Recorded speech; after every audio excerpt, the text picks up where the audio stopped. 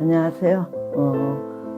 오늘은 이제 수능을 마친 그 청소년들의 막막함에 대해서 말씀드릴까 합니다. 수능 시험이 끝난 지도 이제 벌써 한 몇 주 됐지요. 근데 이제 이 사이에 벌써 이 수능을 마친 자녀들하고 부모 사이에 이 마찰, 갈등, 문제들이 자꾸 발생이 되더라고요.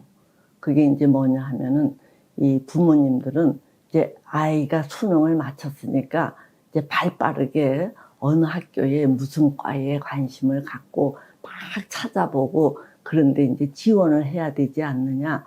이렇게 부모는 이제 자녀가 앞장서기를 바라는데 이 자녀들은 그냥 수능 시험을 마치고 헉 하듯 뻥 쪄서 그냥 아무것도 안 하는 거예요. 하기 싫대요. 그러니까 이제 부모님은 자, 지금부터가 진짜인데, 응? 이렇게 뻗어져 있으면 어떡하느냐? 그래서 이제 이 자녀를 들들들들 볶는 거예요. 근데 뭐, 그래도 자녀는, 늘어져서 아무 생각도 없는 거예요. 그러니까 이제 부모님이 이런 자녀랑 막 씨름을 하다, 이제 억지로 저에게 끌고 오는 거예요. 그러면 이제 저는 이 부모에 의해서 끌려온 자녀들을 보면서 참 뭐라고 표현하기 어려운 이 딱한 마음이 들어요. 그래서 이 부모님의 기대대로 막 그네들에게 막 어쩌고 저쩌고 왜 그러냐 이제 설득하거나 뭐 묻거나 그러지 않고 그래 너는 진이 빠져서 늘어져 있는데 부모님이 자꾸 이러니까 힘들지 이제 뭐 이런 식으로 가급적이면 억지로 끌려온 그 학생의 이 비율을 맞춘다 그럴까 아니면 그 학생의 이제 속도에 맞추려고 가만히 그냥 이렇게 좀 봐준다든가 내버려 둬요. 그러다가 이제 어쨌든 네 인생인데 네가 하고 싶은 거를 이제 말을 해봐라. 어차피 네 인생을 살 건데 이제 이렇게 제가 물으니까 하고 싶은 게 아무것도 없대요. 그러면 이제 제가 네가 좋아하는 거를 하면 돼. 부모가 뭘 기대하든. 그러니까 그때 또 그 학생이 하는 얘기가 자기가 뭘 좋아하는지를 모르겠대요. 자기가 뭘 싫어하고 좋아하는지 모르겠다. 그래서 어렸을 때부터 그나마 네가 조금 잘하는 게 뭐니? 그러니까 그런 것도 없대요. 그러니까 이 애는 그냥 공부만 하네요.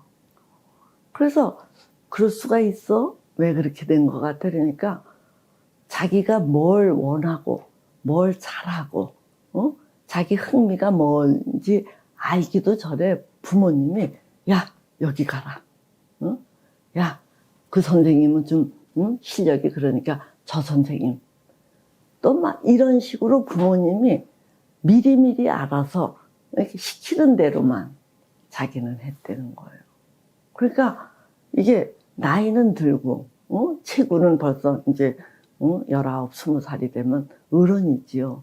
자, 그런데 자기가 뭘 좋아하는지, 자기 재능이 뭔지, 뭘 싫어하는지, 뭘 꿈꾸는지 아무것도 없어요.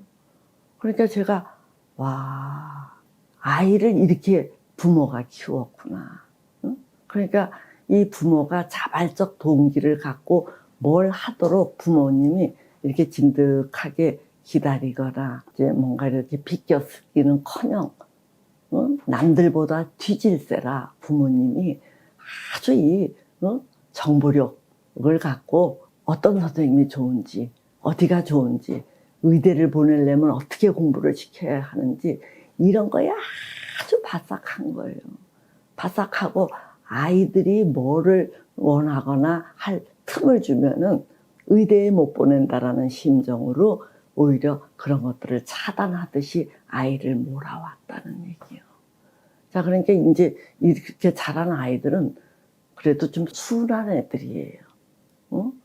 이제 조금 썽깔이 있거나 그러면은 부모님이 그런 식으로 할 때 벌써 중3이나 고등학생이 되면 튀면서 반발을 해요.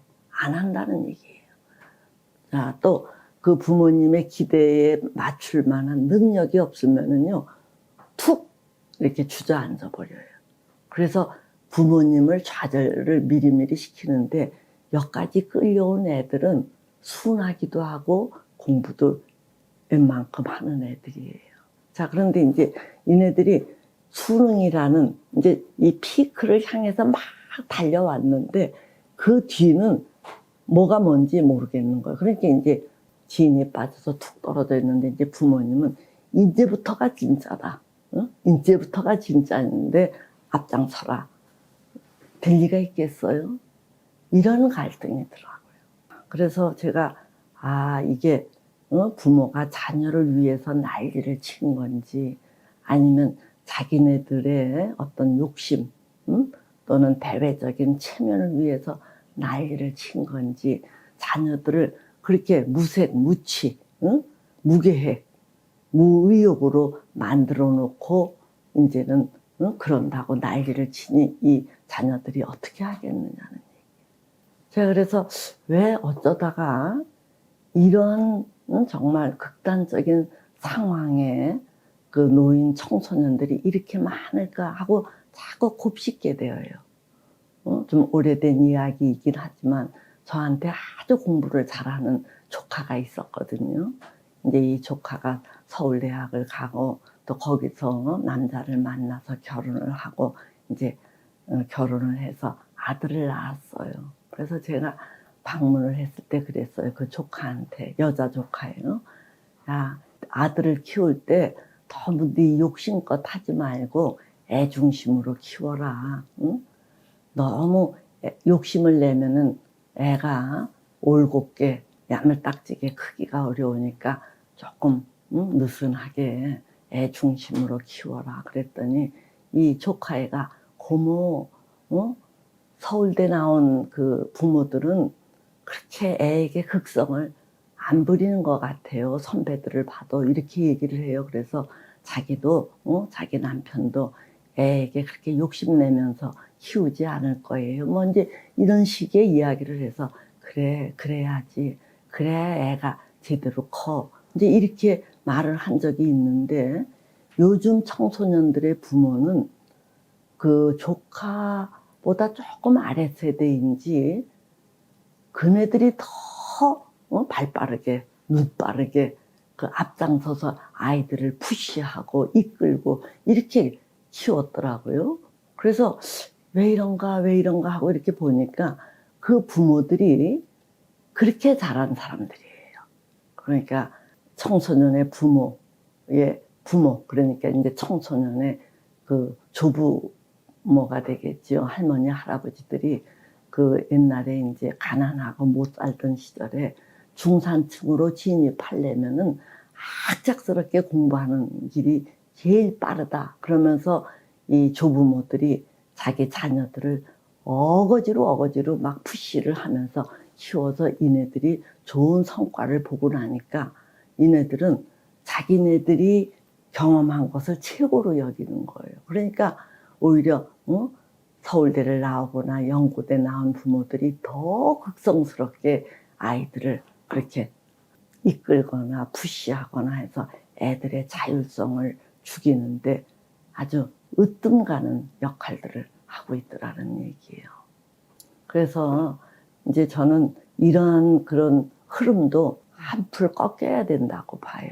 이게 정상적이지 않아요. 그리고 이렇게 보면은 명문대학을 안 나왔어도 자기 주장이 있고 아주 능동적인 사람들은 어디 갖다 놔도 살아요. 또 그런 사람들은 이 매력적이에요. 멋있다는 얘기예요.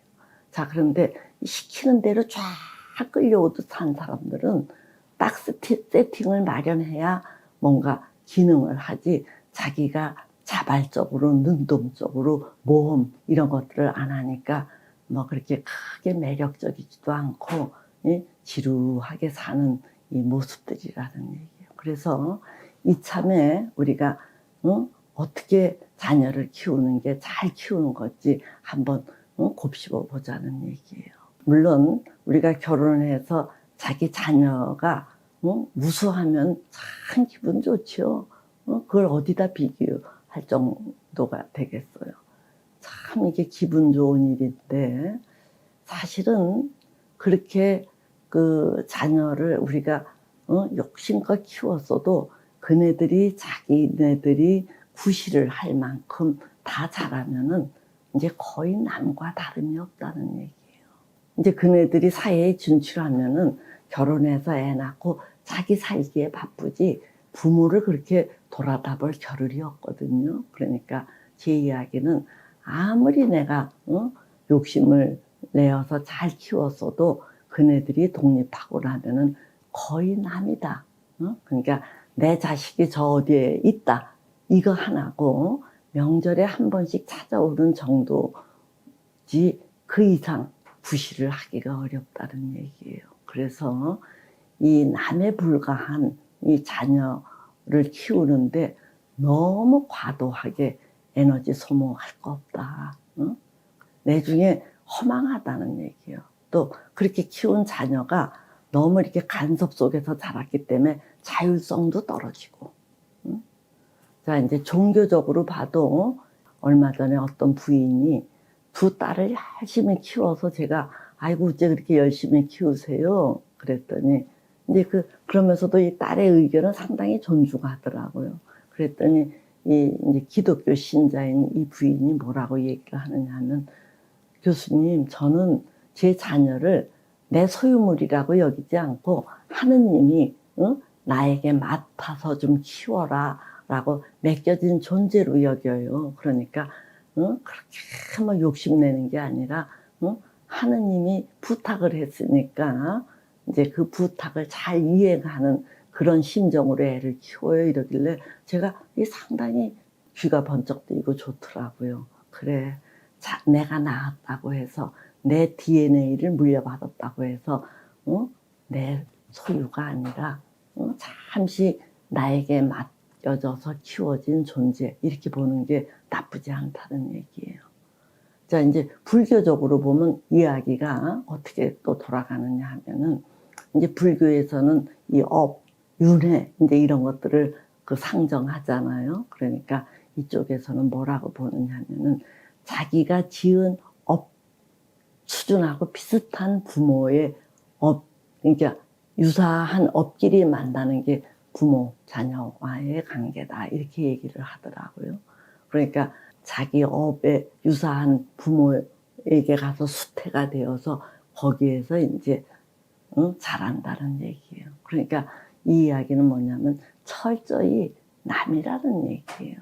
그러니까 어쩌다가 수준이 비슷해서 잠시 함께 모였다가 흩어지는 그런 존재라고 하니까 우리가 이제 이런 대상에 대해서 지나친 욕심 이런 거는 본인의 너무 많은 희생을 요구하고 또 그렇게 키웠다고 해서 상대가 좋으면은 그것도 괜찮기는 하겠지만 상대에게도 그다지 좋은 게 아니라는 얘기예요.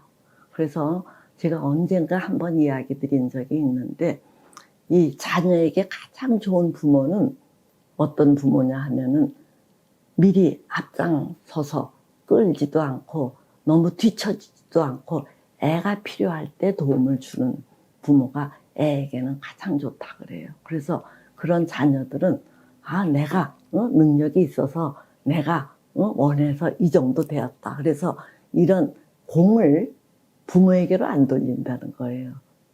자기 노력, 자기 능력으로 돌리고.